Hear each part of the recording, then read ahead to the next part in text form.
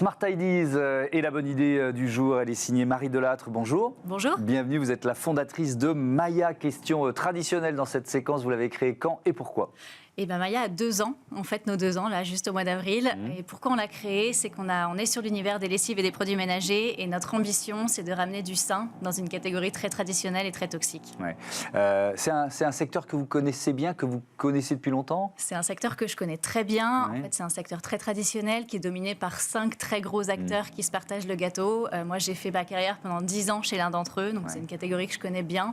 Et c'est pour ça que j'ai eu envie de la réinventer en profondeur quand je suis devenue maman. Mais alors, sacré défi, comment on fait ? D'abord, c'est quoi la gamme ? Tiens, rapidement, quelques-uns des produits que vous proposez avec Maya. Alors, nous, on couvre tous les produits du quotidien pour la maison. Donc, ça va aller des lessives aux produits ménagers, en passant par des sprays, des formats solides et zéro toxiques. Donc, vraiment, l'idée, c'est vraiment d'apporter tous les essentiels pour la maison, avec la même efficacité qu'un produit classique, mais sans aucun ingrédient toxique. Oui, alors le défi, il est là, parce que souvent, on fait du do-it-yourself, etc., sauf que ça va peut-être être un peu moins efficace.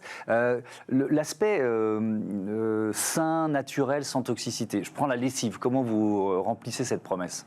Et bien, en fait, c'est ça le plus difficile. Vous avez bien pointé du doigt. Aujourd'hui, ce qui nous paraît aberrant chez Maya, c'est qu'on prend une lessive traditionnelle, 2 produits d'entretien sur 3, donc 2 lessives sur 3 vont contenir des conservateurs qui sont extrêmement nocifs et qui sont d'ailleurs bannis des cosmétiques depuis 2017. 98% d'entre eux vont contenir des sulfates, qui sont des agents lavants utilisés pour cette lessive. Et nous, on s'est dit, on veut réinventer avec cette même efficacité, mais sans ces sulfates et sans cette toxicité apportée par les conservateurs. Donc, qu'est-ce qu'on a fait ? Eh ben, en fait, on a déjà sevré nos formules de tous les ingrédients toxiques. Donc, il ne nous restait plus grand-chose à partir de là. Il nous restait du vinaigre blanc, du savon de Marseille, tous les ingrédients, bicarbonate de soude qu'on connaît, qui sont naturels, qui sont sains, mais qui sont seuls pas assez efficace par rapport à une lessive traditionnelle. Et on allait puiser des actifs et d'autres ingrédients dans d'autres catégories assez exigeantes, la cosmétique bio, la food, avec des microbiologistes, pour rétablir cette même efficacité avec ces actifs combinés aux ingrédients naturels détergents. Quand on se lance et qu'on veut tenir de telles promesses, il faut les valider. Il y a une demande de transparence des consommateurs qui est de plus en plus importante. Par exemple, sur l'absence de toxicité, qui vous valide cette absence de toxicité ? Eh bien, il y a plusieurs choses déjà. Déjà, Maya, je crois que c'est la seule marque en France qui publie intégralement l'intégralité de ses formules sur ses packaging. Et en fait, ça paraît rien, mais ça veut dire beaucoup. Parce que le jour où tous ces gros acteurs vont faire la même chose, on se rendra compte qu'il y a pas mal de choses qui sont vraiment pas saines dans les produits qu'on utilise au quotidien. Ça, c'est une première chose. Ensuite, on a été chercher des certifications supplémentaires par rapport à ce qui existe. Par exemple, tous les produits Maya sont certifiés compatibles au contact alimentaire. Donc ça, c'est une certification supplémentaire qui indique qu'il y a 0 risque de toxicité dans nos produits. Bien sûr, on teste nos produits sur peau sensible.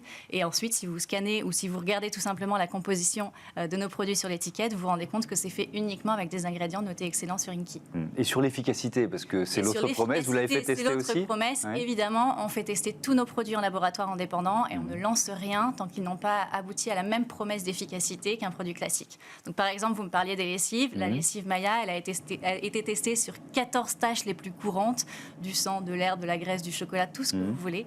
Et on a atteint nos tests d'efficacité. À partir de ce moment-là, on a pu lancer cette lessive. Vous fabriquez en France ? On fabrique en France, à Avignon, Ça a été facile, ça ? Ça a été très difficile. Ça a été très difficile de trouver un laboratoire qui accepte notre cahier des charges.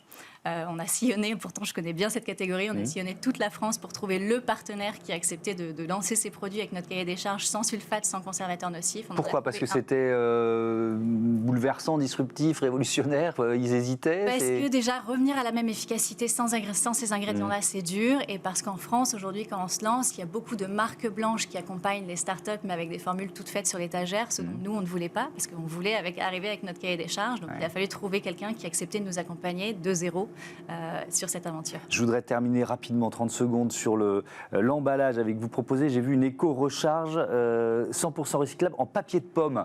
Exactement. Là aussi, il faut la trouver, la matière première. Et ben, en fait, la grosse force de Maya, c'est sa communauté. En fait, nous, on a lancé notre ADN, c'était le sain.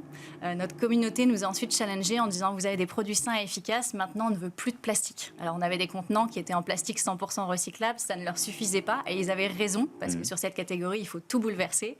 Donc on a travaillé, on a sillonné à nouveau la France pour trouver quelqu'un pour nous accompagner sur un packaging disruptif et on a qualifié pour nos produits un packaging qui est fait en papier et composite de pommes. Donc on élimine complètement le plastique de cette catégorie et c'est une grande aventure qu'on lance dans 15 jours. Merci beaucoup d'être venu nous présenter Maya. C'était Marie Delattre dans ce numéro de Smart Impact. Un grand merci à toutes et à tous de votre fidélité à Bismart. Salut.